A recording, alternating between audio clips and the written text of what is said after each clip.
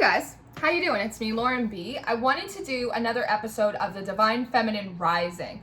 I wanted to do something a little bit different today. I'm still working on the Fallacy of Feminism trilogy, but I also want to do what I feel like doing when I feel like doing it. Like when an idea arises, that's the one that I want to kind of take on in that moment. And so something that has been coming up for me that I've really been thinking about and working through over the last few days is sexualization. Now, sexualization is something that I think most women go through at some point in their lives. I don't know a single woman that hasn't been catcalled, been sent an inappropriate picture, that hasn't been called some kind of disgusting name. I was a bartender for 10 years, and for almost 10 years, every day at 4 o'clock, my main name was Sweet Cheeks. So, I really understand it. And honestly, I think because of the history that I have as a woman in the service industry, I've become very used to it. So when those things happen, when I get the strange comment, when I get the inappropriate email, it doesn't ruffle my feathers as much personally, because there's an aspect of me that's a little bit desensitized to it because I was a woman in the service industry for so many years. That being said, I know that it's something that a lot of women go through. I believe Cindy from Awakening to Spirit, she just did a video a week or two ago about all of the disgusting emails and pictures and things that she's gotten in her email. I know it's something that Reem goes through. I don't know a single woman in general that doesn't deal with this issue. At the same time, I think there's a part of me that's surprised to see it so prevalent, within spiritual communities, within sacred spaces of spiritual dialogue, but there's a bigger part of me that understands the human condition that actually isn't surprised about it, and it's something that I've been unpacking. It's the why. Why is that? And it's important to note that this is not just something that women go through, it's something that men go through as well. If you look at male teachers, healers, leaders, readers, you see that they get the same kind of sexualization projection onto them as well, right? You can go through the comments, you can check their emails, and it's something, I think, having to do with kind of the teacher, the guru sort of line. It's something that Corey from Founders of Light talks about from time to time as well, where people become infatuated with those in which they esteem to be at a higher status or a higher caliber, or they have more power, right? They have more magic, their presence is just bigger, and they become very infatuated with that, and then they sexualize them. That happens for men too. I've seen women do it to men. I've seen women do it to women. I've seen men do it to men. I've seen men do it to women. It's something that I think we all experience in different quantities and intensities across the board, but I do think it's something that is more prevalent within the Divine Feminine collective, and it's something that has just been on my mind for a few days, trying to really unravel that thread.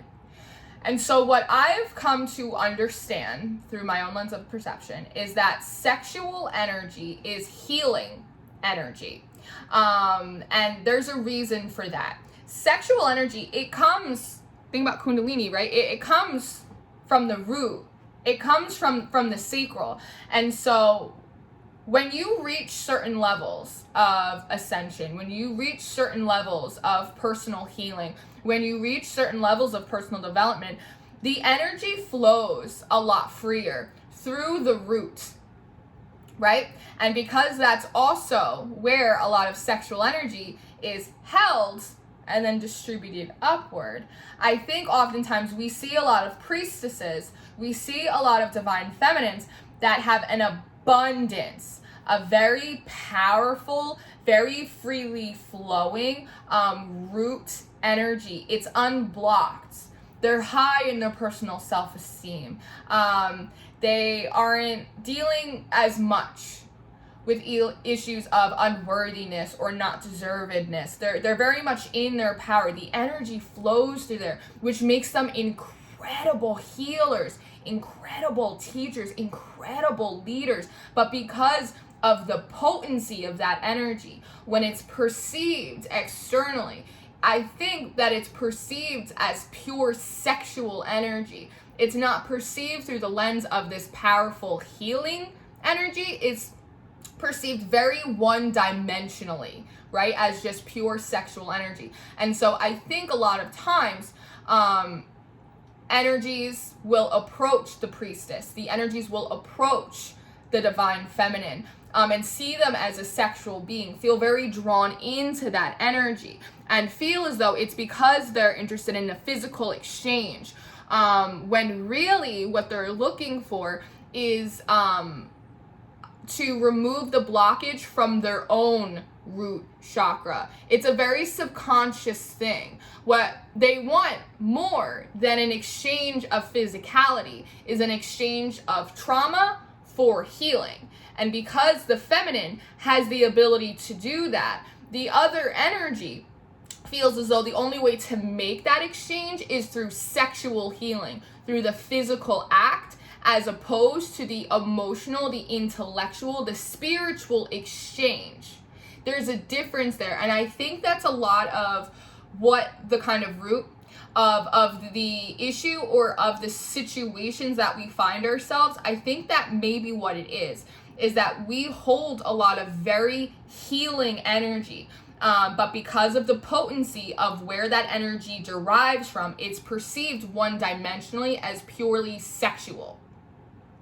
It gets seen very one-dimensional. It's just sexual. They don't perceive that. They're not actually looking for physicality from us. They're actually looking for healing, right? These are often coming from very unawakened, very unaware energies. And so it's something that I thought was so interesting when they channeled that to me, is that they're actually not looking for sex. They're actually looking for healing, but they don't perceive that.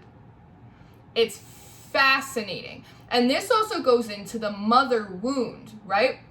It's a little bit like an Oedipus complex, that some of these external energies, some of these masculine energies, they're always in a very heightened, and this is, you know, masculine energies within you as well, always in a heightened state of hunting, always in a heightened state of competition, fighting for resources, like this kind of thing, right?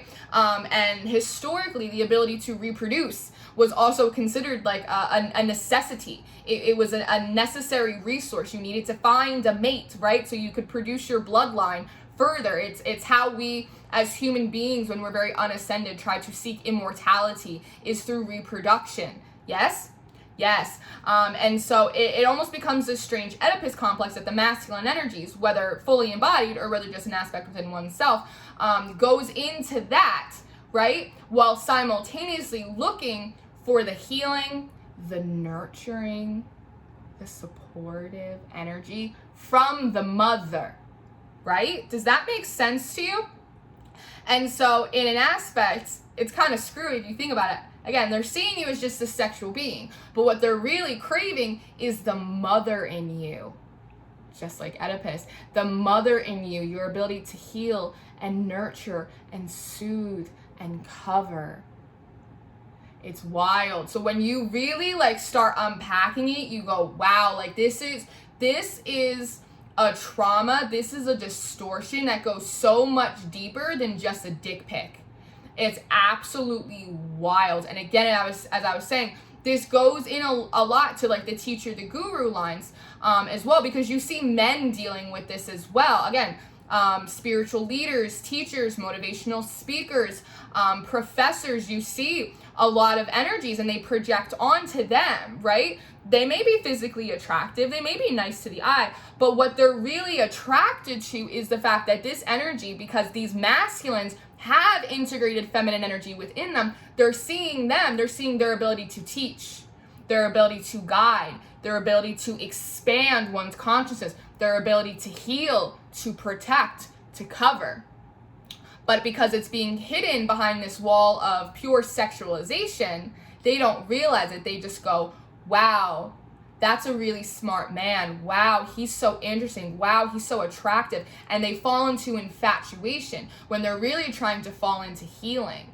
And so they project this kind of broken father figure, yes, onto a lot of these masculines who have very well integrated feminine energy, very similarly to a lot of these people projecting this sexualization onto the priestess, onto the divine feminine, but really what they're looking for is the healing energy that a mother gives.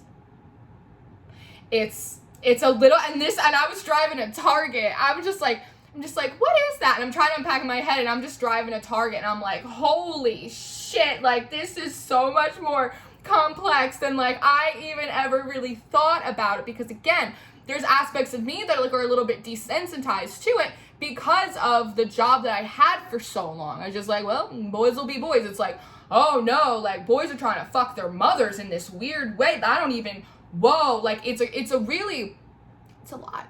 Like, it's a lot to unpack, but again, that is really what this is that sexual energy in its purest form is creative and it's healing energy. And what most people lack is creative expression and healing.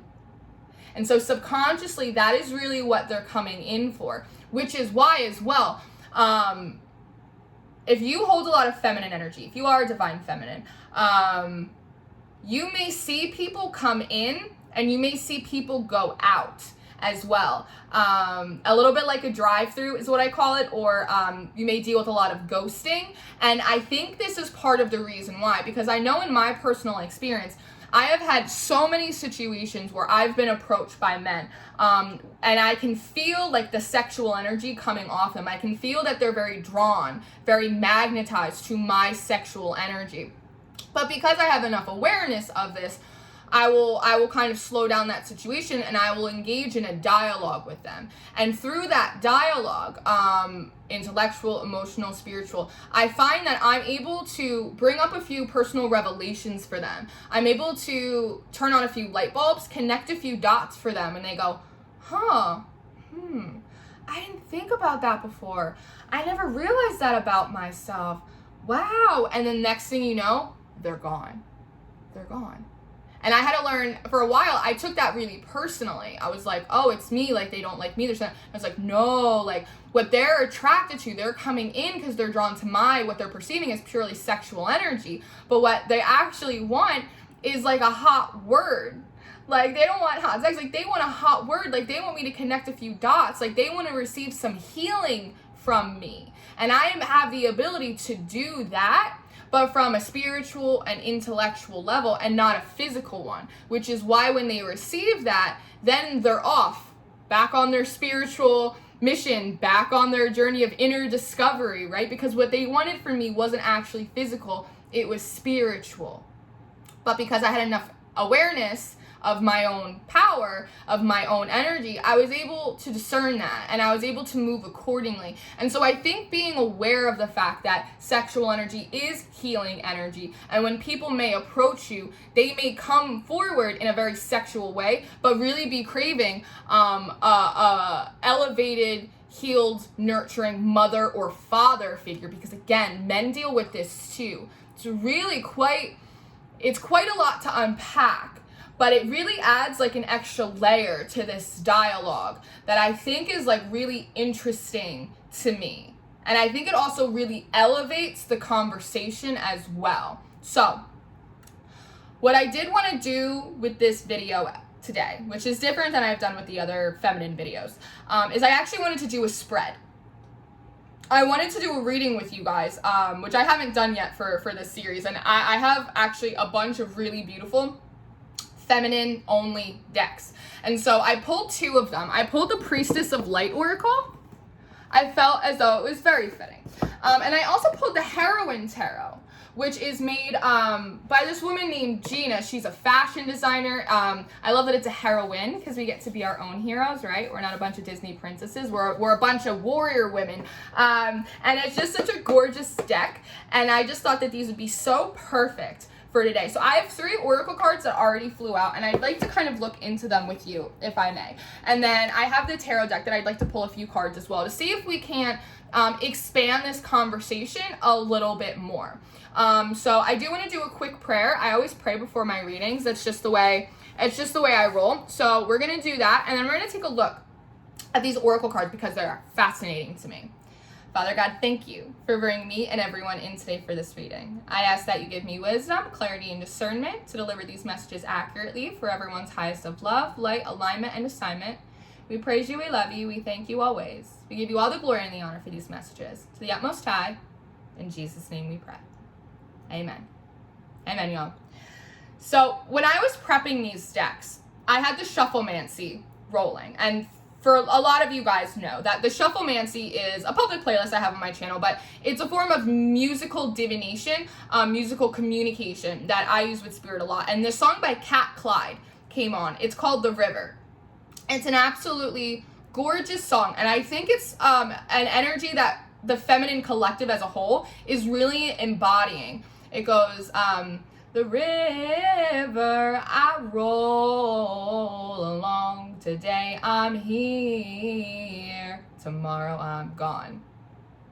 And I think that the feminine energy is very much experiencing and playing with the idea of non-attachment, of being a little bit like Teflon, not taking things so personally in a lot of aspects, really healing the abandonment, healing the rejection, healing not feeling included, all of those sort of energies, which come a lot of the time from the root, right? Which I think as the feminines are working through this energy, they are evolving it, they're healing it.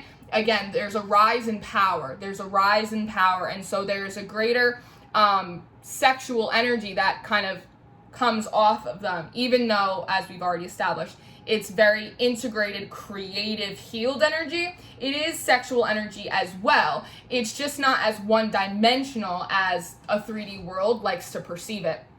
Now, the first card that I had fly on the board was Clarity, number 5. So there's a real change in the perspective that the feminine is having. And with all of this yellow, which talks so much to me about the solar plex, it brings in the word esteem. There's a change in the perception in the ways in which the feminine energies perceive themselves. I think throughout society, women have been told and women have been taught that your self-esteem is first and foremost derived from your physical appearance and from your sexuality, right?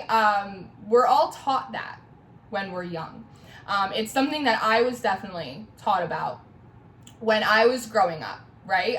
My self-esteem wasn't entirely based or highlighted on my intellectualism, on my ability to stand my ground and hold an argument and sit in my power. Those were elements of me that were actually discouraged, right?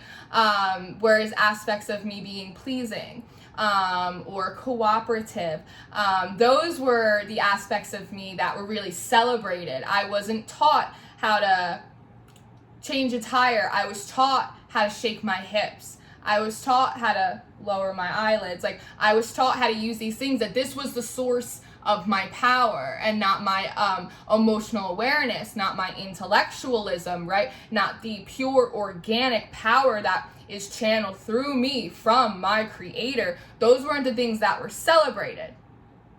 Those were things that were discouraged. And so I think the feminine as a whole is growing in her self-esteem, right? Feminine energy within all of us, but is growing in the self-esteem of the full embodiment of it, that you are not just one-dimensional, that your sexual energy is sacred and it is healing, and it's like you have the ability to create and the ability to destroy, and it's like this multifaceted aspect as well. And I love this eagle right on the top of the head. It's like being very aware that you are a conduit for divine messages, that you are a conduit for divine energy to come through you and out onto others to bless them, that your presence is a blessing in situations, and that isn't from a place of ego. It's a place from healthy self-esteem, of knowing one's worth, of what you add to a room, of what you add to a conversation, not just through your physical appearance, not just through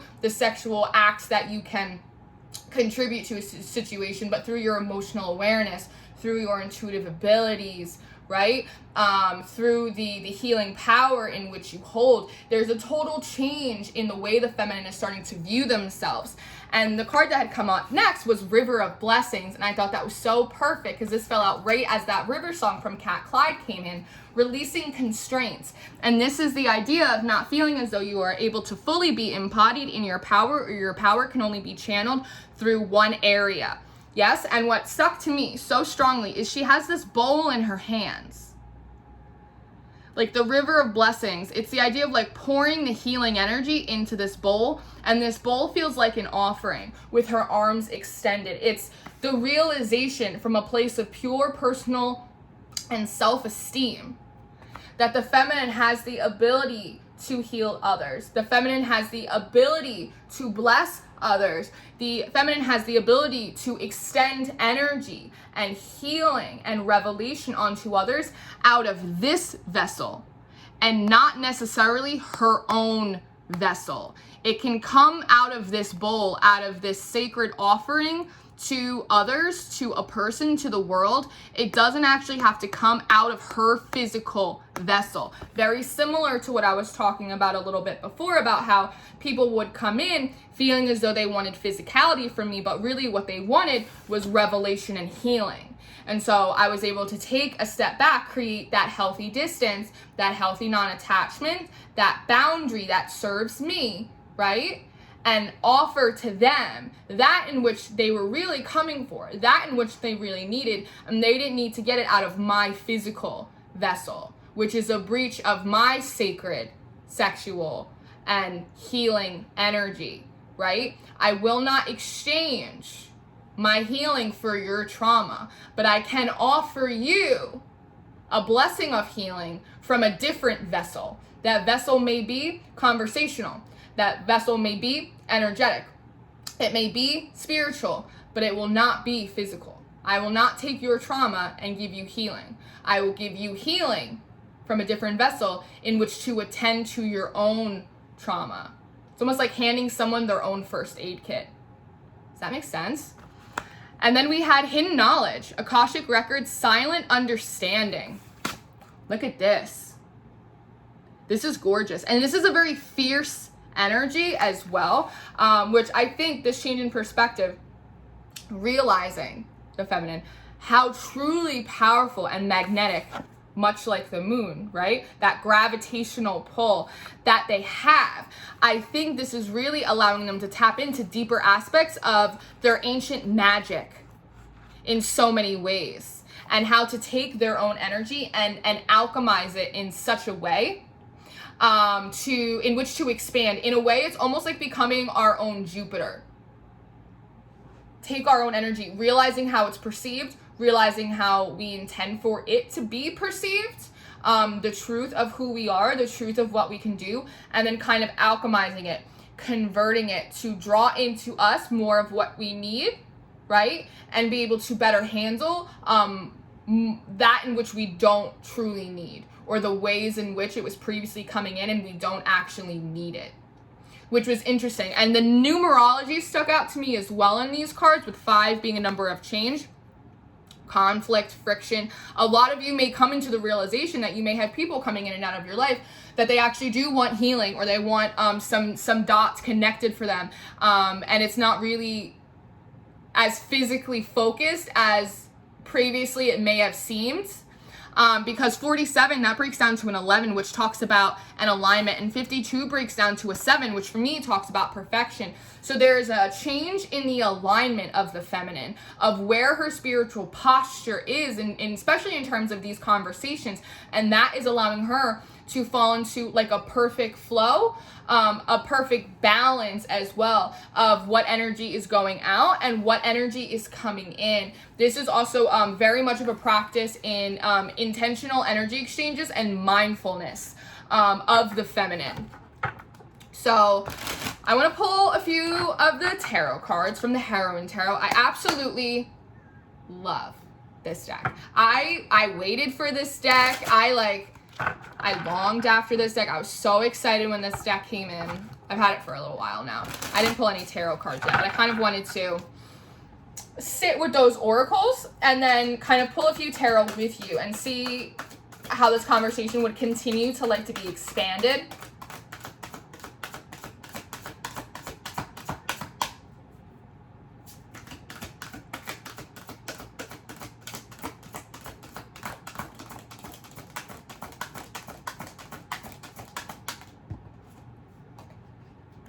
Four of Swords. Look at that. I I like that she has all of these swords, but she's not wielding any of them. Something about that pleases me. I also think this is a transmutation of a lot of the sacred rage of the feminine, who has always felt objectified. And upon realizing perhaps that she wasn't truly the object, it's what she was able to offer. It's the universal sacred healing energy. That was really the object, but it was distorted and it was misconstrued. That allows, I feel, the feminine in a lot of ways to kind of put down these swords and actually take sacred rest in this hidden knowledge, right? And actually be able to receive the blessings that are due onto her as well. A lot of it feels like recompense energy, which has been coming through collectively a bit for me as well. And this feels like real rest. As I've said a lot of times throughout the readings, you can physically be at rest, but mentally you can be toiling, you could be stewing about something, you could be really frustrated. Just have your spirit really kind of just going, like raging inside of you, like a roaring sea. Right? And that's not real rest. Even if you're not talking to anyone, you're not doing anything, you're not engaging in anything, if your spirit is stirring and stewing, that's not real rest. And I feel like there's something about this realization about how powerful the feminine is and why her power has been misconstrued, misinterpreted, and objectified, actually allows her to remove some of these constraints, remove some of the responsibility of how she is perceived. And because she's able to move accordingly with new knowledge, it allows her to take a greater sense of rest. And moments of resting precede moments of blessing, which allows the river to flow in for the feminine, as she has so frequently and freely in the past allowed rivers of blessings to flow onto others. Now they're being able, through divine equality, to flow back to her as well. And she's not in a defensive position. She, again, it's the same thing with this card. She feels powerful. She feels like nothing could stop her. Like the pure sacred essence that she has emanates out of her so far. Again, this expansive Jupiter energy, that anything that was not in a vibrational alignment with her would bounce off. It would just slide away like Teflon. It's the same thing here. That there are boundaries, that there are barriers, there are protective measures in place to preserve the sanctity of the sacred sexual and healing energy of the feminine, but she doesn't need to be in a defensive position. She doesn't need to be at war with anyone, and especially allow her own body, her own mind, her own spirit to become a battleground as well. It's like, it's very powerful. It's a very proud moment for me as a divine feminine and as someone that has had to work really hard to step in and relax and rest in my feminine energy more and more, because I have a lot of dominant masculine energy. I sit in that very comfortably. So it's been a challenge, but it's been a beautiful experience to really have to learn how to fully embody my feminine energy, because like many women, the true essence of the power of my femininity was oftentimes discouraged unless it had fallen into complacency and domesticity. And so in so many ways, I personally have been having a revolution of my own internal feminine energy, a revolution of the way I interpret my healing energy, my sexual energy, what the combination of that does in terms of my expansion and my self-awareness and my position as a powerful spiritual being. And so it really just pleases me to see this kind of playing out as well in the feminine collective. It's absolutely gorgeous. And again, this doesn't just apply to gendered feminines. This could apply to men who feel as though they are divine feminines. This also applies to the feminine energy within each and every single soul, because spiritually we're all non-binary. Yes? Yes. So let's see what else wants to come out.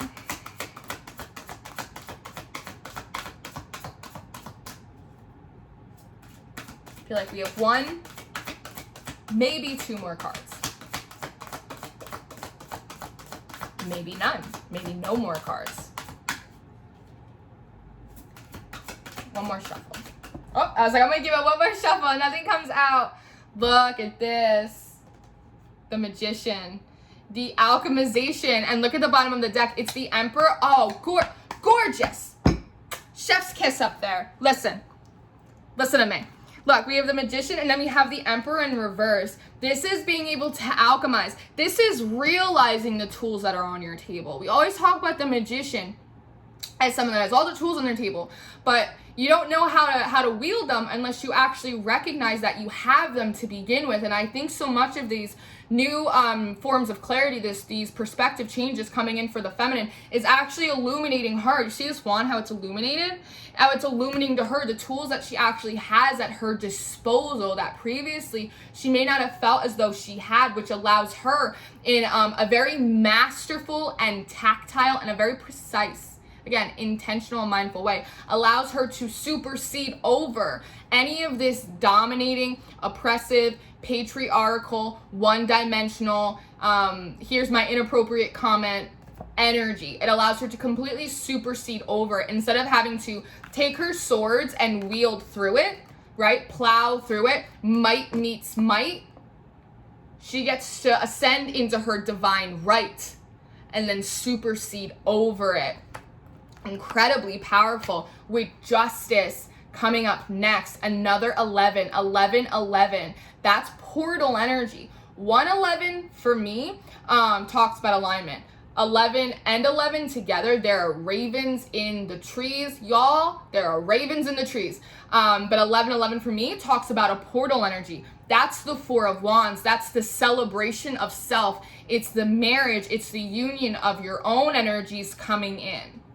It's absolutely gorgeous. And this is a lot of what I was talking about the recompense, about the river of blessings being able to flow in to the feminine after she has so freely flowed blessings into other people. This is her time. It is very much of the rise of the matriarchy. And it's not, again, it's not dominating. It's not taking on this dominating, forceful, oppressive energy of the patriarchy and just putting a pair of false lashes on it and calling it a revolution. It's different. Again, it's not might versus might. It's ascending to one's divine right through intention, through self-awareness, rising to the divine right and superseding over it, where justice, where balance, where recompense and self-acknowledgement from a place of real healthy self-esteem can come into alignment and push the feminine through a portal to a new place.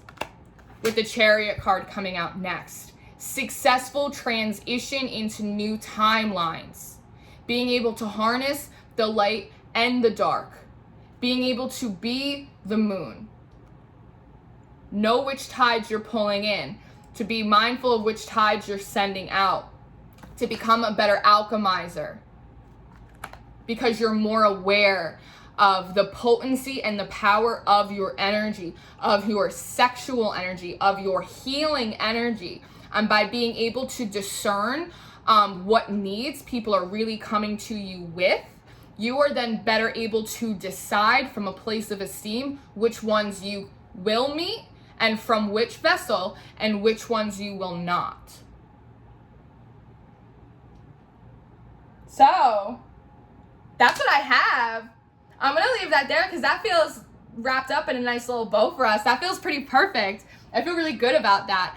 But yeah, so this is what I have today. The sexualization of the priestess, the sexualization of the healer. I have to pick a title. But that's what I really wanted to talk about today. I really wanted to unpack that. Just like, again, it's just like this one little, why does that happen? And then it's this domino effect, but we end up in such a beautiful place. And again, I think it really elevates the conversation in so many ways to really highlight a lot of these things behind the scenes that we might not have been realizing what's going on, which allows us to adjust and move in different ways that serve us in a much better way in terms of honoring the power that we hold within us as extensions of creation. It's really incredible.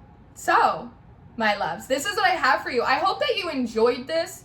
Thank you all so much for your support of this series. Again, I'm still working on the Fallacy of Feminism trilogy, but I want to go where I'm guided. I want to do what feels good in my spirit as part of my own sovereignty, as part of my own self-esteem, as a part of me being in alignments that feel pertinent to me, like in this now moment. And so this felt good and this felt right. And I think that the cards that came out really confirmed that this was like the right day and the right time to have this conversation. So I really do appreciate all of your support with this Divine Feminine Rising series and all of the episodes of it. I appreciate you being here and supporting me as I explore these different aspects of my own energy and my own capabilities. And I appreciate you spending this time with me and doing the work as well on yourselves, because you know, as you do it and I do it and we all kind of do it, then we get to kind of rise together, which is really the point. And so yeah, I hope this served you well. I hope this was interesting food for thought. Let me know what you guys think down below. Let me know if you like enjoy this combination of the topic, like with the spread as well. We're a family here, so let me know if you like this style a little bit better as well. And yeah, I will see you next time. Goodbye.